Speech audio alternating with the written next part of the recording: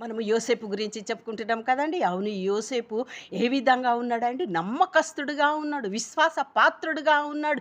ఎక్కడైతే ఆయన ఏ ఏ స్థానములలో, ఏ ఏ ప్రాంతాలలో ఉన్నాడో అక్కడ ఆయన విశ్వాస పాత్రుడుగా ఉన్నాడు. మరి భార్య భర్తకు, మరి భర్త భార్యకు, మరి తల్లిదండ్రులు పిల్లలకు, పిల్లలు తల్లిదండ్రులకు, మరి నువ్వు ఎక్కడైతే జాబ్ చేస్తున్నావో అక్కడ నీ అధికారులకు విశ్వాస పాత్రులుగా ఈ యోసేపులాగా ఉండాలి.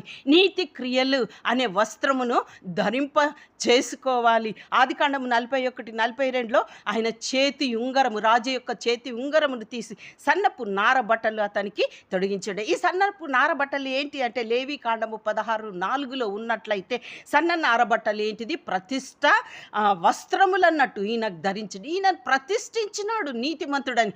మరి ఆ నీతిమంతులు అంటే సన్న నార బట్టలు అంటే నీతి క్రియలు. ఈయన నీతి క్రియలు